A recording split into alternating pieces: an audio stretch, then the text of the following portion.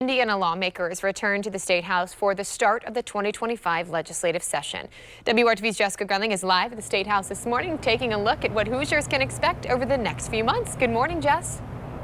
Good morning, Caitlin. It is a budget year, so that is top priority. There's also a new governor and new members of the General Assembly this session, so the focus is going to be on what they're going to prioritize in this $44.5 billion budget. Are we going to address challenges with healthcare? What are we going to do with regards to education, crumbling infrastructure? Those are questions facing Hoosiers and state lawmakers as the 2025 legislative session gets underway. A lot of times we think of it as a session of no, because there's only so much money, and every agency wants more money. Every need exists.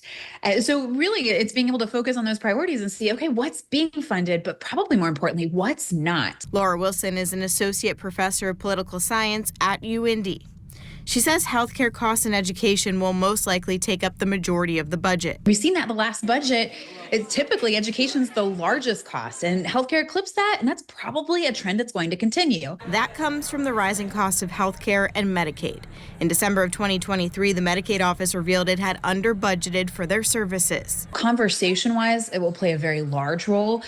There have been people who have suggested that because the shortfall was identified early on, that it'll be spread out, it may be mitigated. We believe that it's important for the state legislature this year, with it being a budget year, to really look at how our schools are funded. Keith Gamble is the president of the Indiana State Teachers Association. And what avenues exist that we can have to make sure that we're getting our public dollars moving towards those areas that most impact our students. A number of bills already filed look at education issues in our state.